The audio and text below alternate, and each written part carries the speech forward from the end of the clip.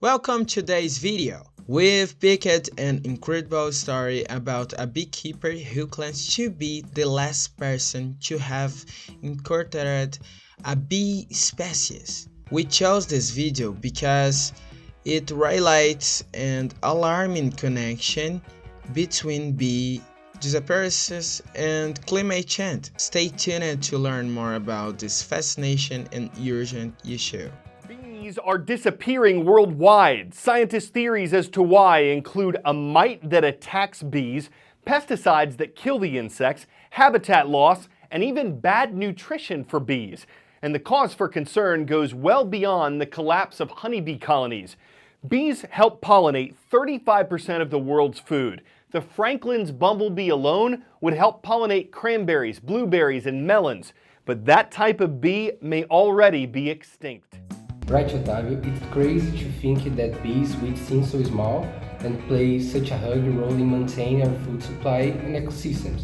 But now, their populations are dropping all over the world, and climate change is one of the biggest reasons. Yeah, and when we talk about climate change, we are talking about rising temperatures, unpredictable weather patterns, and shifts in seasons. These changes are disrupting the natural cycles that bees depend on. For example, when plants start flowering earlier or later than usual because of warmer or cooler weather, bees struggle to find the food they need. If the time is off, these are flowers that have already bloomed or haven't bloomed yet. Bee vacuum in one hand and net in the other, Robin Thorpe is on a quest. So we're coming into the area where I last saw Franklin's. He's searching the mountains of Oregon for Franklin's bumblebee. It's a species he's believed to be the last person on Earth to have seen alive. And he's got a sample of the bee in the back of his truck.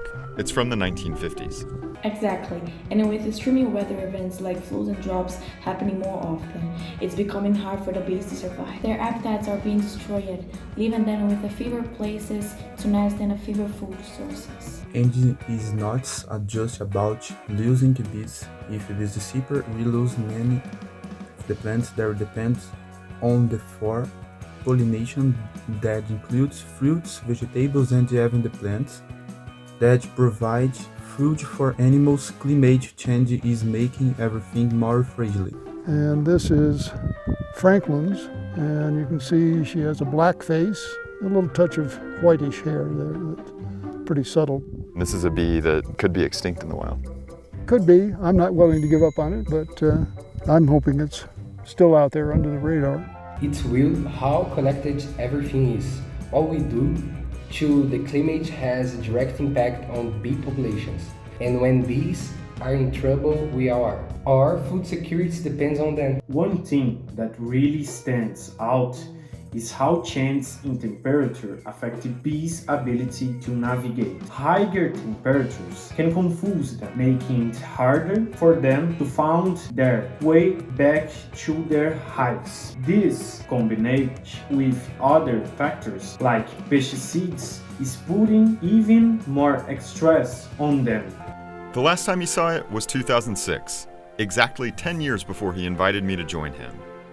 Thorpe is 83 now, a retired professor from UC Davis, and mostly he works alone, day after day, year after year. I spent 2 days looking for Franklin's bumblebee with Thorpe. I found the work absolutely maddening. The ones that you hear fly by your ear, I'm always suspecting, well, that must have been a Franklin's. I don't think you can put an economic value on a species. They're all priceless, really.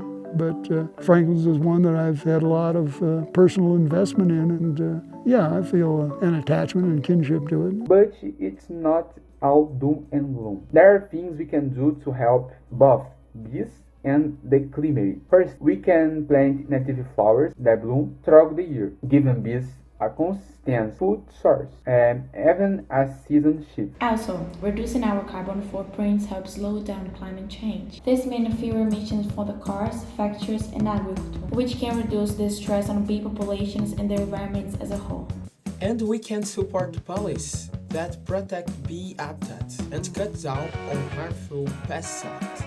It's about combining efforts to save the climate and save the bees at the same time. So, the next time you are worried about climate change, remember it's not just melting ice caps or zinc seals, it's affecting the little creatures really on a very day like this. And if we protect them, we're also protecting ourselves and the future of our planet.